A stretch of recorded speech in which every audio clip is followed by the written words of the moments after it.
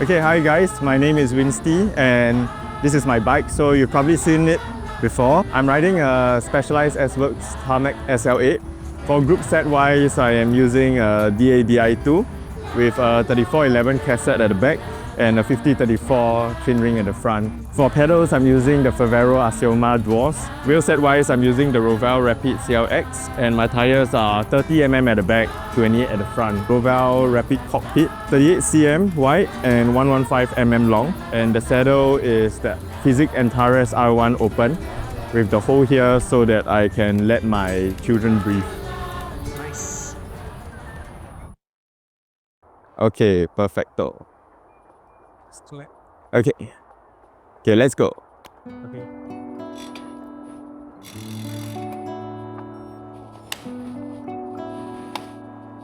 Hi guys, welcome to today's episode of Ramblings on the Bike. Thanks Jasper for having me on the show today. It has been an honor. I even did my hair for the show, but I don't think you can tell. So, I'm the Winsty and I have a YouTube channel with the same name, which I started 3 years ago. Why did I start it? Actually, it was just a fun side project that I wanted to do for quite some time already. And ever since then, I've also moved on to trying to get more content of my travels on the bike overseas as well to make it more interesting. Because I feel like after a while in Singapore, there is only so much and I feel like I'm quite uninspired in general, so going overseas makes it a lot more exciting. Even from a non-video context, it is also more interesting. I've been riding bikes for about 15 years now, actually a little bit more than that. First started with mountain bike and then that was only for about 1 year plus. And my friend asked me to start road cycling because he bought a felt F4 and I tried to follow him on my mountain bike and obviously that didn't work, so I decided to get a Jamis road bike from Hap Leong and that was the start of my journey. And then in recent years I have been able to actually, at first I was riding the Jamis, which was an aluminium bike, and then I moved on to the carbon version of it. That was for like another 5 years. And then I rode a Giant Propel as well for maybe 4 or 5 years. In between, I went overseas to study and I bought a Canyon Ultimate, which was a 105 group set. And I brought that home with me because I really enjoyed riding that bike. But after I started working and with the COVID craze, that was when the bike upgrades seriously started. So decided to get a second-hand SL6. About 1 year later, I bought a SL7. And then I also got a Pinarello Dogma F12, which I still have until today. At some point, I sold away the SL7, bought a Cannondale Super 6 Evo Lap 71. And then with that bike, I rode overseas quite a bit and decided that another year has passed, time for another bike. And actually I was looking to get back into the specialized world again. So of course you all know that the next popular bike is the S-Works SL8, and that was why I decided to get it, which is the bike that I'm riding right now. I swap between the SL8 and the F12 regularly.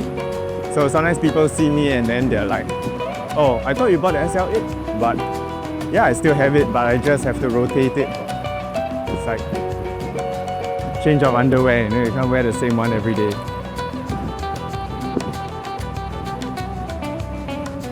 So I started a YouTube channel about 3 years ago because I wanted a side hobby, right, as I was saying.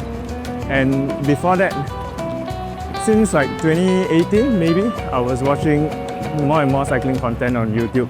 And that was when I started to get a bit inspired to firstly travel overseas to ride my bike and also make my own videos on cycling in Singapore, because I realized that nobody else did YouTube videos on Singapore cycling. And of course, gradually I also started to incorporate overseas content because I ran out of things to film in Singapore. And at the same time, I really enjoy cycling overseas. So I felt that that would be something I could share with people. I definitely didn't start it because I thought it would make a good side income or like a full-time job.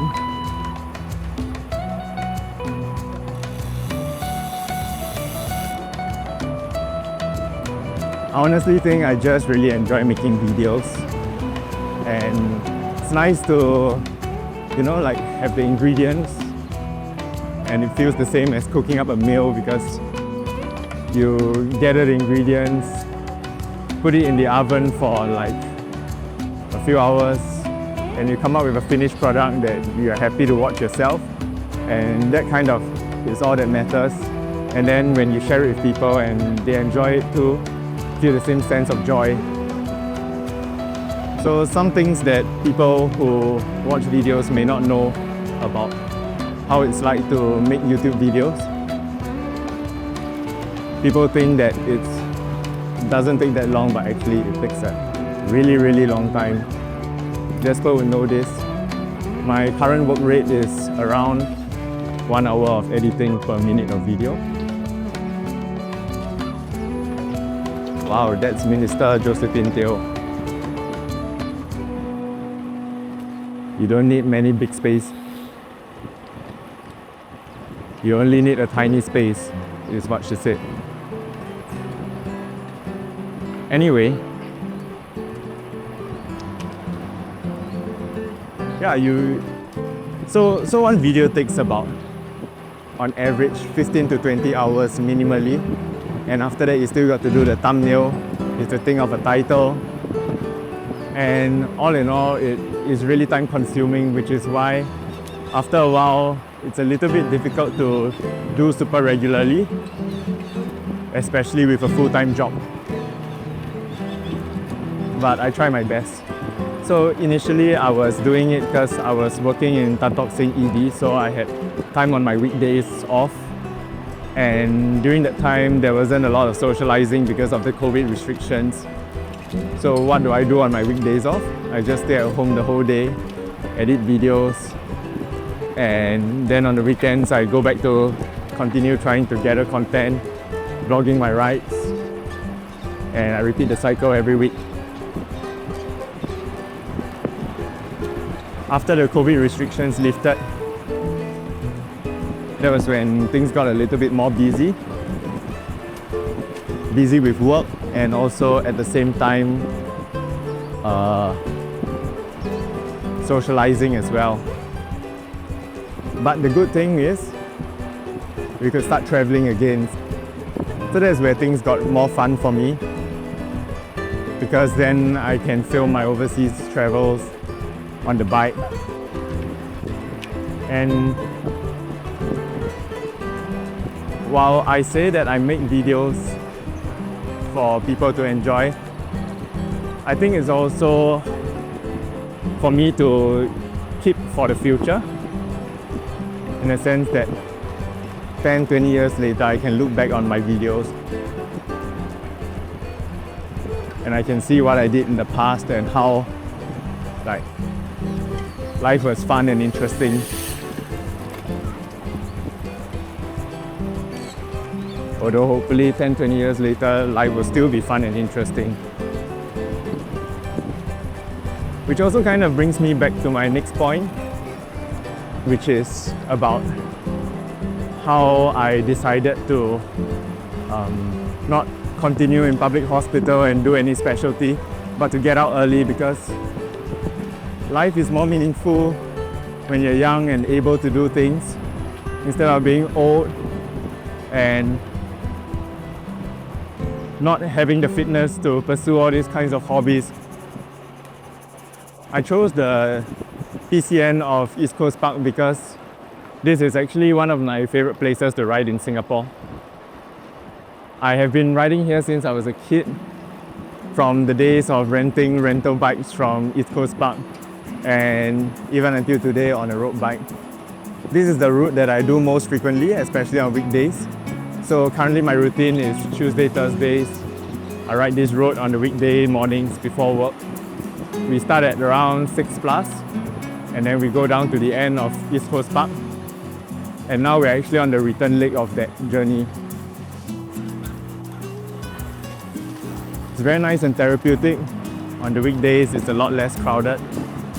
And when the rest of Singapore is having peak hour, people going to work, sending kids to school, the roads here are completely empty. You can really switch off, just focus on riding. And because it's flat, don't feel the need to make it so punchy, and you can actually enjoy the ride.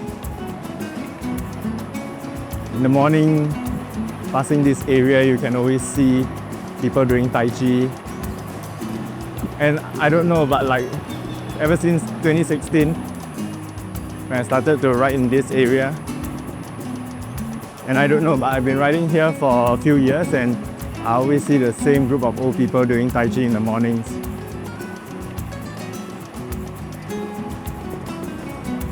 Either the old people are different or the Tai Chi makes you live longer. I don't know which one it is.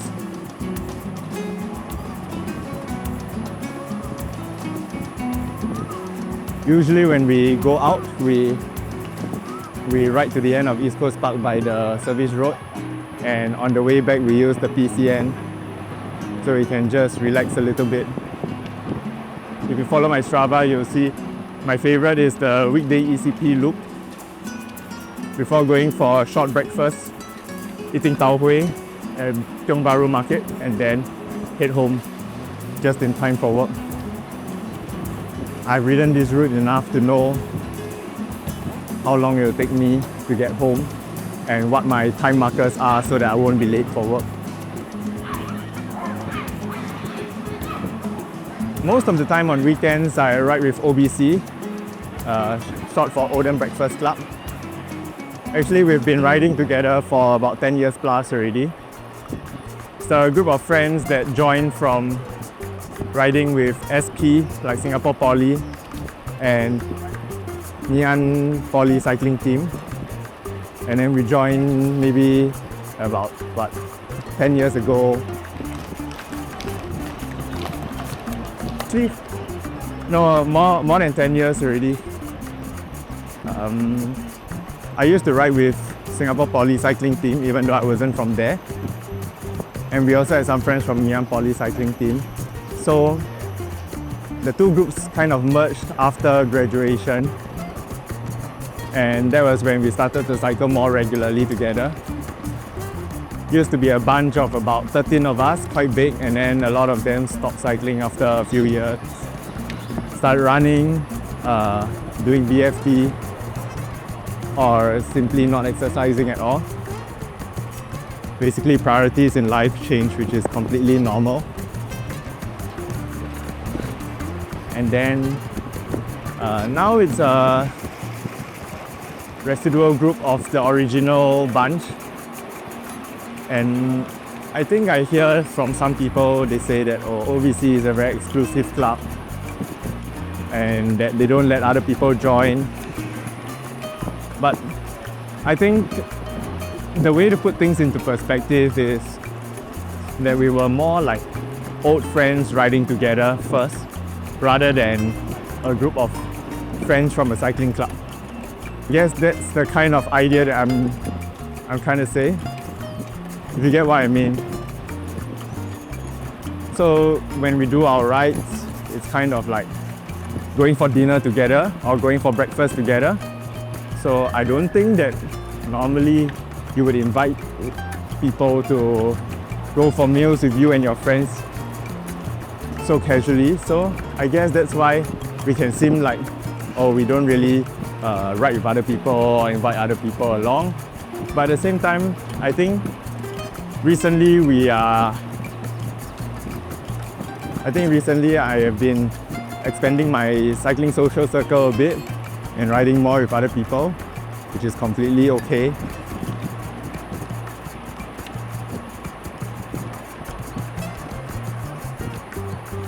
So for those who don't know, my full-time job is actually a doctor. I graduated in 2019, and then I worked in public hospital for about 3 years, and I quit, decided to be a full-time locum so I could get more work-life balance and have more time to ride my bike, make videos, do my own things. So therefore, I didn't really specialize in anything, but I'm starting to go into aesthetics. So that's the lasers, Botox, HIFU, stuff like that.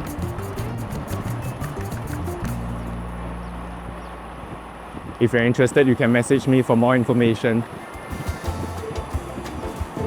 I chose this route because I felt like it offers me the best of both worlds, which is to be able to work with a more flexible work schedule, more free time,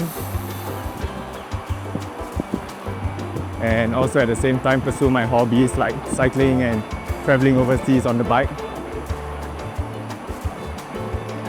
which I feel like is very important to do at a young age, because when you're old and even if you earn a high income, there's no point if you don't have the fitness and the time to do it. There will be other commitments as well, like kids, and so it's hard to enjoy these kind of things. Whereas if you do it now, at least you're fit. And that is also kind of the rationale I use to psych myself into buying nice bikes. Not that I think it'll make me faster, but I think that it's more enjoyable to ride a nice bike when you're young, and you can sort of enjoy it and appreciate it a bit more as compared to when I'm older and I just feel less fit in general, less agile. Then it's like, what's the point?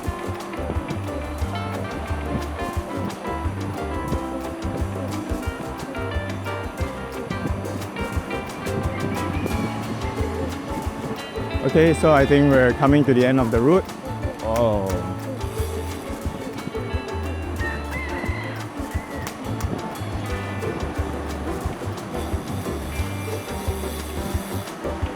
Thanks for having me.